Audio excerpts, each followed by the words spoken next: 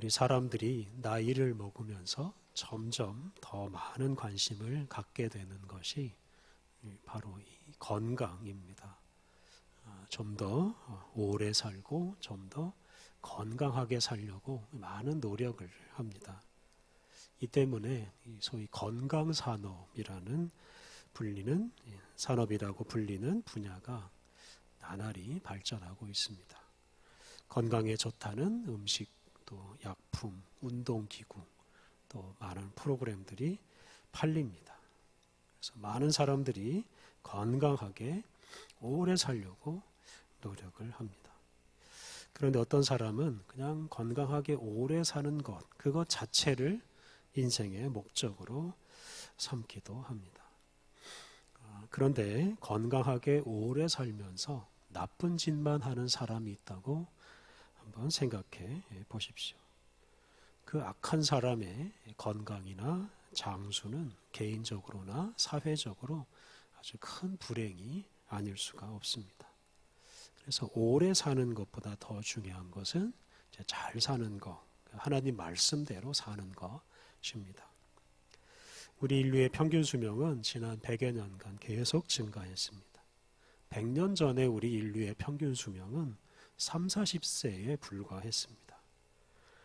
그런데 지금은 60, 70세가량으로 2배 증가했습니다. 잘 사는 나라의 국민들의 평균 수명은 80이 훌쩍 넘어갔습니다. 그런데 이렇게 오래 사는 게 다 좋은 것은 아닙니다. 특히 우리 지구에게는 이게 아주 큰 부담입니다.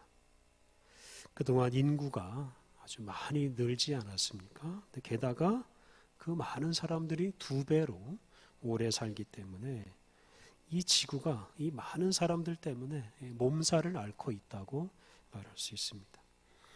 한 가지 예를 들자면 이제 쓰레기 문제입니다. 지금 우리 인류가 버리는 쓰레기가 땅뿐만 아니라 강과 바다까지 흘러가고 있습니다. 그래서 바다 곳곳에 쓰레기 섬들이 생기고 있습니다. 이런 일이 계속되면 나중에는 이 바다 전체가 다 쓰레기장이 될 수도 있습니다. 그리고 바다가 쓰레기장이 되면 바다가 제 기능을 할 수가 없어서 지구 전체의 생명체에게 아주 큰 해가 초래됩니다.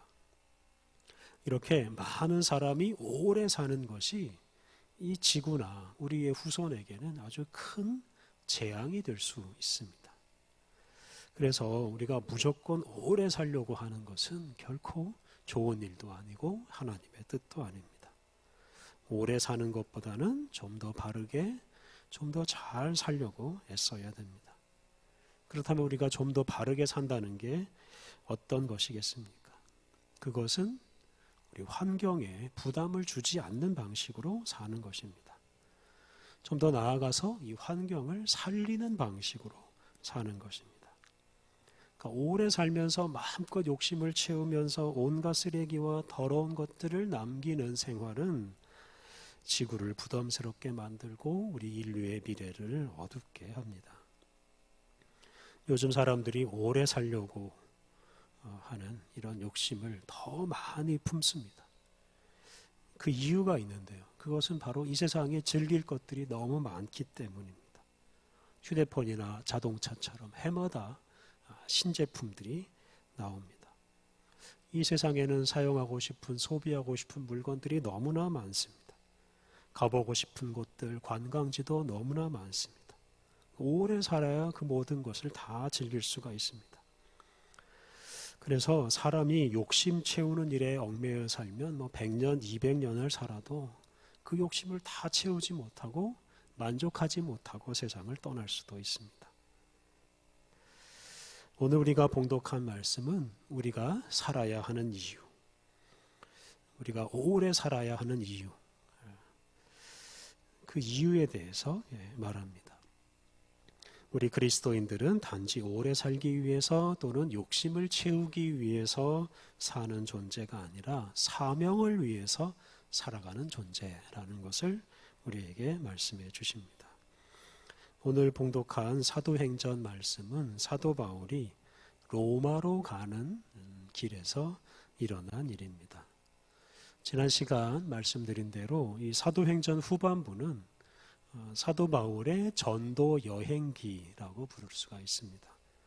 사도 바울은 3차례에 걸쳐서 아시아와 유럽에 있는 여러 도시들을 다니면서 복음을 전했습니다. 그 후에는 예루살렘을 거쳐서 로마로 가서 복음을 전합니다. 그래서 사도 바울이 예루살렘을 거쳐서 로마로 가는 여행기가 이 사도행전의 마지막 부분에 있습니다.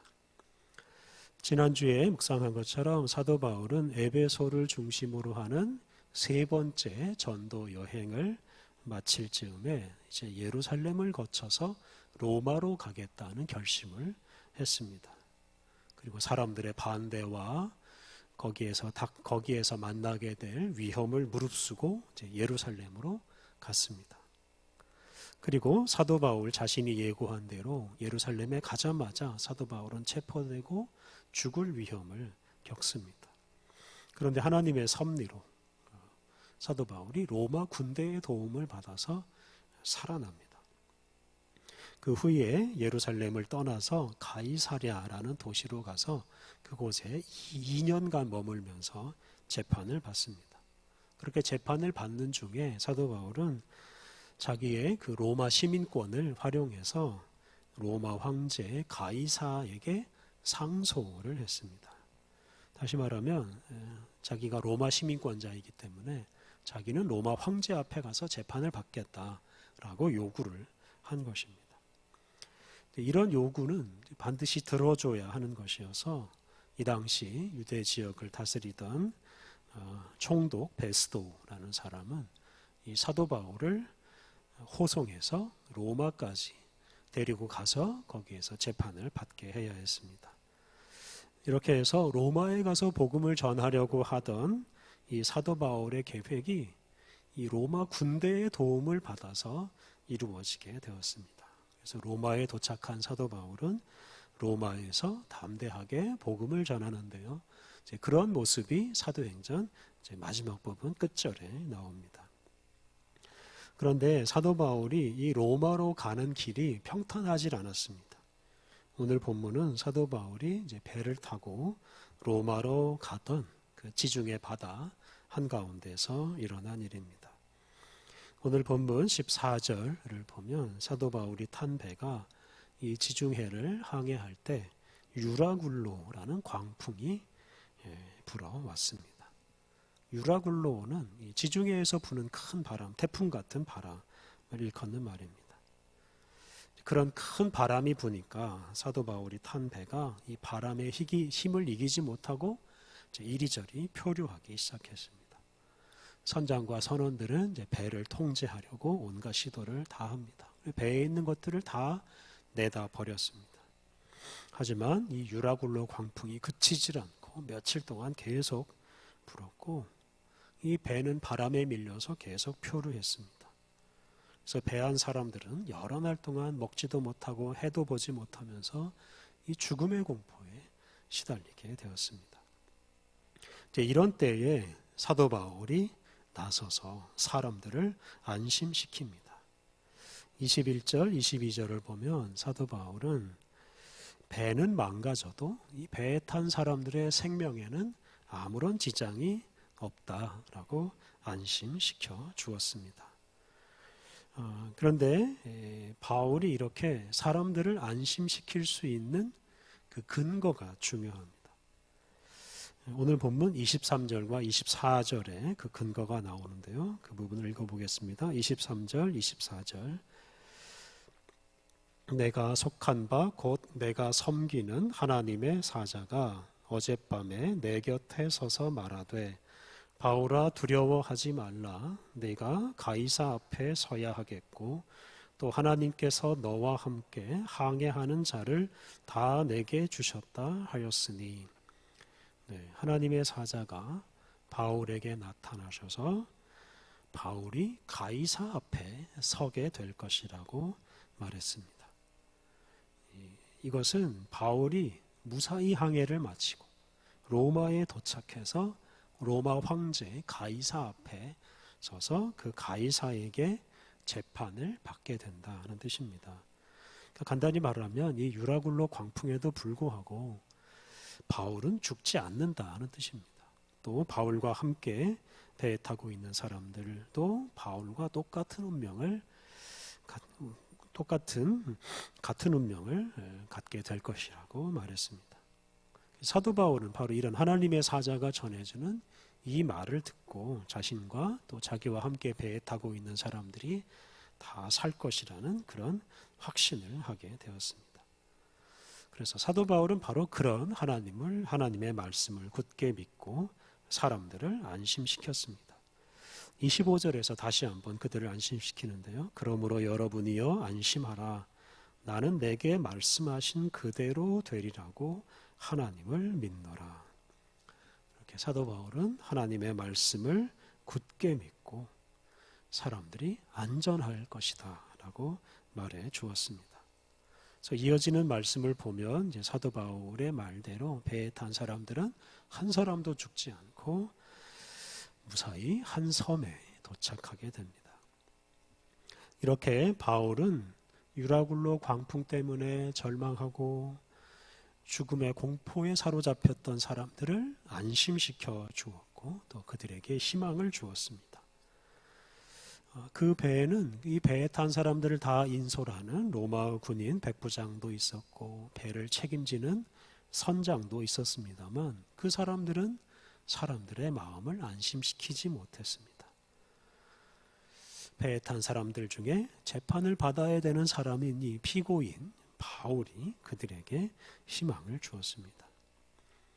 오늘 본문에서 우리가 주목할 것은 하나님께서 이 사도 바울과 그 일행을 살리신 이유입니다. 그것은 앞서 말한 대로 사도 바울이 로마 황제 가이사 앞에 서야 했기 때문입니다. 가이사 앞에서 재판을 받아야 했기 때문이고 또한 사도 바울이 로마에 가서 복음을 전해야 했기 때문입니다. 다시 말하면 사도 바울에게 주어진 그 선교의 사명이 있기 때문에 하나님께서는 사도 바울을 살리시고 사도 바울을 로마까지 호송하는 사람들도 살리셨습니다. 이렇게 사명이 있는 사도 바울은 그 사명 때문에 살아남았고 자기뿐만 아니라 다른 사람들까지 살렸습니다. 그리고 살아남은 사도 바울은 그 사명을 위해서 남은 인생을 살았습니다. 사도행전을 공부하면서 말씀드린 것처럼 사도행전은 이 성령님의 역사로 예수님의 복음이 예루살렘과 유대와 사마리아와 땅끝까지 전파되는 이야기입니다. 하나님께서 이 일이 실현되도록 복음을 전파할 사람들을 끊임없이 세우시고 또 그들에게 사명을 주시고 사명을 이룰 수 있는 힘을 주셨습니다. 물론 개인에게도 그런 사명을 주셨지만 우리 그리스도인 공동체 전체, 즉 온 교회에게도 같은 사명을 주셨습니다. 그리고 그런 사명이 있는 사람, 그런 사명을 감당하는 교회 공동체를 하나님께서 보호해 주시고 사명을 이룰 수 있도록 힘을 주셨습니다.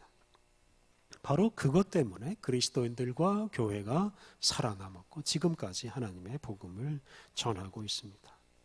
그러므로 우리 교회와 우리 그리스도인들이 이 세상에 존재하는 가장 큰 이유는 바로 복음을 전파하는 것입니다. 우리가 이 사명을 위해서 살지 않으면 우리 인생이나 우리 교회 생활은 아무런 의미가 없습니다. 또한 우리가 이 사명을 위해서 살 때 하나님께서 이 사명을 이룰 수 있도록 우리에게 능력을 주시고 또 이 사명을 다 이룰 때까지 우리를 지켜주시고 보호해 주십니다. 언젠가 제가 교회 소식지에 현대인은 소비하는 인간이라고 불린다라는 글을 쓴 적이 있습니다. 그래서 현대인은 소비하는 데에서 자신의 존재 의미와 목적을 발견하려고 애를 씁니다. 다시 말하면 많은 돈을 가지고 많이 소비하고 많이 즐기는 사람들은 자기가 세상에 태어난 목적을 다 이루었다고 생각하고 만족합니다. 반면에 돈이 없어서 어떤 물건이나 서비스를 제대로 소비하지 못하는 사람은 자기 인생이 실패라고 생각합니다. 이렇게 소비를 많이 하느냐 적게 하느냐에 따라서 인생의 성공 여부를 판단하는 사람들이 많습니다. 이제 그러다 보니 경쟁적으로 더 많이 소비하려고 또 더 좋은 것을 소비하려고 애를 씁니다. 그리고 기업들은 그런 욕심을 충족시켜 주면서 경쟁적으로 새로운 물건을 만들어냅니다. 그런데 그 결과가 아주 참혹합니다. 사명이 아니라 소비를 위해서 사는 사람들이 많다 보니까 제가 여러 차례 강조한 대로 이 세상은 점점 더러워지고 파괴되고 수많은 동식물들이 죽어가고 있습니다. 물건을 만들고 그것을 소비하고 그것을 버리는 과정에서 온갖 더러운 유해 물질들이 세상에 쏟아져 나오기 때문입니다. 이렇게 사명을 잃어버리고 소비에만 몰두하는 사람들이 많으면 이 세상은 더 빨리 더러워지고 더 많이 파괴될 것입니다. 그렇다면 우리들은 무엇을 위해서 살아야 하겠습니까? 우리 그리스도인들마저 단지 돈 벌어서 그 돈 쓰는 재미로 살면 이 세상은 그야말로 죽음이고 절망입니다. 앞서 묵상한 대로 사도 바울이 탄 배에 큰 풍랑이 닥쳤을 때 그 배에 탄 사람들은 다 죽을 위기에 놓여 있었습니다. 그러한 때 사도 바울이 그들을 안심시키고 그들이 죽지 않을 것이라는 확신을 주었습니다. 이러한 일은 누가 할 수 있습니까? 바로 사명을 간직한 사람, 사명을 이루기 위해서 사는 사람이 할 수 있는 일입니다.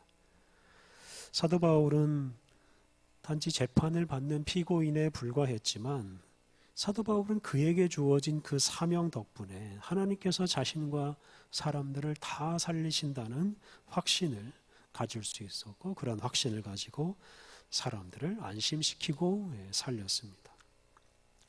욕심을 채우기 위해서 소비만 하는 사람은 그가 속한 공동체에 아무런 유익을 주지 못합니다. 하지만 하나님께서 주신 사명을 가지고 살아가는 사람은 그가 속한 공동체에게 희망을 줄 수 있습니다. 우리가 사는 세계에는 소비하는 사람들이 점점 늘어납니다. 그것 때문에 하나님께서 지으신 이 창조 세계는 계속 파괴되고 있습니다.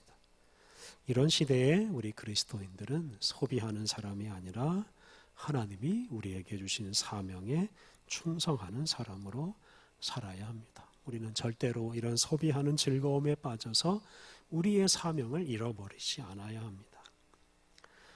하나님은 예수님을 믿는 우리들에게 복음을 전하라는 사명을 주셨습니다.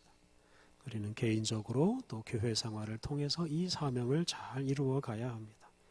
특히 죽어가는 피조물들에게 파괴되는 이 창조 세계에 복음을 전하는 것이 우리 그리스도인들에게 주어진 아주 중요한 사명임을 우리가 늘 기억하고 이 사명에 충성해야 하겠습니다. 하나님께서 바로 이 사명을 위해서 우리를 이 세상에 태어나게 하셨고 지금까지 우리를 인도해 주셨고 그리고 우리가 그 사명을 다 이룰 때까지 우리를 보호해 주시고 우리에게 능력을 주실 것입니다. 사랑하는 성도 여러분, 건강하게 장수하는 것을 인생의 목표로 삼지 마십시오. 건강이나 장수는 우리의 사명을 이루는 도구나 수단에 불과하고 그것은 그냥 따라오는 것에 불과합니다. 단지 그런 것을 목적으로 삼고 욕심이나 채우면서 사는 사람은 이 세상에 재앙을 가져올 뿐입니다.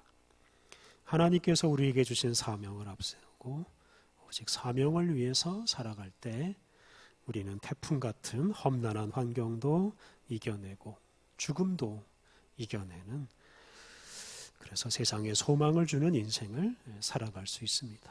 사명을 잃어버리고 소비하는 즐거움에 빠진 사람들 때문에 피조물들이 죽어가고 신음하는 이 시대를 살아가는 우리들이 우리에게 주어진 사명에 더욱 충성함으로 온 세상을 구원하시는 우리 하나님의 뜻을 이루어야 하겠습니다.